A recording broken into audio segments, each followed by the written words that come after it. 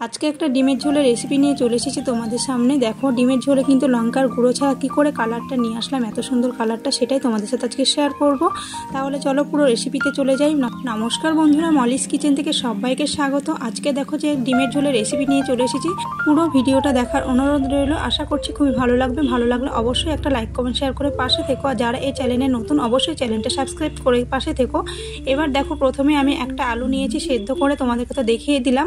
আলুটা সেদ্ধ করে নিয়েছি, ডিমটাও সেদ্ধ করে নিয়েছি, আর একটা হলো পেঁয়াজ কেটে নিয়েছিলাম। তারপরে দেখো কড়াইতে সর্ষের তেল দিয়ে দিয়েছি। তেলটা একটু গরম হয়ে গেলে আমি দিয়ে দিলাম সামান্য 1 চিমটে হলুদটা দিয়ে আমি দিয়ে দিলাম ডিমগুলো দিয়ে খুব সুন্দর করে ভেজে নিয়েছি। হ্যাঁ, আর ডিমগুলো কিন্তু একটু খুন্তির আগা দিয়ে একটু চিড়ে নিয়েছিলাম, নাহলে কিন্তু ফেটে যাওয়ার ভয় থাকে, সেই জন্য একটু ফাটিয়ে নিয়েছিলাম ডিমগুলোকে। তারপরে দেখো খুব সুন্দর করে বেশ ভেজে নিলাম ডিমগুলো। তারপরে ডিমগুলো ভেজে তুলে নিলাম। ওই তেলের মধ্যে দিয়ে দেবো গোটা জিরে ফোড়নে। তোমরা চাইলে এখানে শুকনো লঙ্কা কিংবা গোটা গরম মশলা ফোড়নে দিতে পারো, আমি শুধু গোটা জিরেই দিয়েছি। তারপরে দেখো জিরেটা দিয়ে এখানে দিয়ে দেবো প্রথমে কেটে রাখা পেঁয়াজগুলো ভাজার সময় একটা টিপস বলে দিই, এই পেঁয়াজগুলো ভাজতে গেলে কিন্তু অনেকটা টাইম লেগে যায়, তাই তোমরা একটু পারলে সামান্য একটু লবণ দিয়ে দেবে। তাতে করে কি হবে, খুব তাড়াতাড়ি পেঁয়াজটা ভাজাও হয়ে যাবে আর তেলটাও খুব সুন্দর ছেড়ে আসবে। আমি সেটাই করলাম। দেখো সামান্য একটু লবণ দিয়ে দেবো, দিয়ে তারপরে খুব সুন্দর করে ভেজে নেব পেঁয়াজটাকে। আর এখানে মশলা নিয়েছি কিন্তু আদা, জিরে, কাঁচা লঙ্কা আর একটা টমেটো। এই টমেটো পেস্ট করে দিলেই কিন্তু কালারটা অনেকটা সুন্দর চলে আসে, আর তেলের মধ্যে সামান্য একটু হলুদ দিলেই কিন্তু কালারটা অনেকটা সুন্দর চলে আসে। তারপরে দেখো পেঁয়াজটা খুব সুন্দর ভাজা হয়ে গেছে। এবার দিয়ে দিলাম মশলাটা দিয়ে দেবো। তারপরে দিয়ে দেবো স্বাদ মতো লবণ, হলুদ এগুলো দেবো। দেখো আমি এখানে কিন্তু লঙ্কার গুঁড়ো দিচ্ছি না, আর শুকনো লঙ্কাও কিন্তু পেস্ট করে দিইনি, এখানে শুধু কাঁচা লঙ্কায় পেস্ট করে দিয়েছি। তাতেই কিন্তু কালারটা অনেক সুন্দর চলে আসবে। তোমরা তো দেখতে পেলে কতটা সুন্দর কালার হয়েছে। এবার দেখো মশলার মধ্যে কিছুটা জল দিয়ে দিলাম, সামান্য একটু জল দিয়ে মশলাটাকে খুব সুন্দর করে কষিয়ে নেব। এটাও কিন্তু লঙ্কার গুঁড়ো ছাড়া তরকারিতে কালারটা আনার একটা টিপস। একটু মশলাটাকে যদি একটু জল দিয়ে তোমরা খুব সুন্দর করে কষিয়ে নিতে পারো, যতটা কষাবে ততটাই কিন্তু কালারটা খুলবে।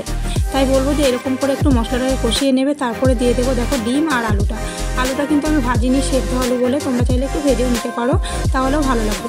আমি এবার ডিম আর আলুটা দিয়ে দিলাম। তারপরে দেখো খুব সুন্দর করে কষিয়ে নেব, আবারও কিছুটা ঢাকা রেখে কষিয়ে নেব। একটু ঢেকে রেখে কষিয়ে নিলে কিন্তু আরও সুন্দর কালার চলে আসবে আস্তে আস্তে। এরপরে দেখো ঢাকনাটা খুলে আবারও কিছুক্ষণ নেড়ে চেড়ে নেবো খুব সুন্দর করে, শুকনো করে। দেখো পেঁয়াজগুলো পুরো গলে গেছে। এরপরে দেখো আমি দিয়ে দেবো গরম জল। আর সব রান্নাতে কিন্তু গরম জল ব্যবহার করাটাও খুব ভালো, গরম জল ব্যবহার করলে কিন্তু স্বাদ আর কালার দুটোই কিন্তু খুব সুন্দর আসে। তাই বলবো তোমরা পারলে একটু রান্নাতে গরম জল ব্যবহার করবে, তাহলে কিন্তু খুব সুন্দর টেস্টটাও বাড়বে আর কালারটাও খুব সুন্দর চলে আসে। এবার দেখো জল দিয়ে দিয়েছি আমি পরিমাণ মতো, এতটা জল কিন্তু রাখবো না। এটা ফুটে এসে পুরো তোমরা তো দেখতেই পেলে কীরকম রেখেছিলাম গা মাখা, সেই ঠিক এরকম করে রাখবো। জলটা ফুটে কমে যাবে। আর সেদ্ধ আলু তো একটু জলটা কিন্তু টেনেই নেয়, সেই জন্য কিন্তু একটু বেশি জল দিলাম। এই যে দেখো পুরো হয়ে গেছে। এবার আমার রান্নাটা পুরো কমপ্লিট হয়ে গেছে। এবার নামিয়ে নেব। নামানোর আগে কিন্তু সামান্য একটু শাহি গরম মশলা দেবো। যেহেতু আমি প্রথমেই ফোড়নে গোটা গরম মশলাটা দেওয়া হয়নি, তার জন্য আমি শেষের দিকে একটু শাহি গরম মশলাটা দেবো। তারপরে কিন্তু এটা গ্যাসটা অফ করে আমি কিছুক্ষণ মতো কড়াইতে ঢেকে রেখে দেবো। ফাইনালি আমার রান্নাটা কমপ্লিট হয়ে গেছে। এবার দেখো কেমন লাগছে। আশা করি ভিডিওটা ভালো লেগেছে। ভালো লাগলে অবশ্যই একটা লাইক কমেন্ট শেয়ার করে পাশে থেকো। যারা এই চ্যানেলে নতুন, চ্যানেলটা অবশ্যই সাবস্ক্রাইব করে দিয়ে পাশে থেকো। সবাইকে জানাই শুভ দুপুর। দেখা হচ্ছে পরের ভিডিওতে। ততক্ষণ সবাই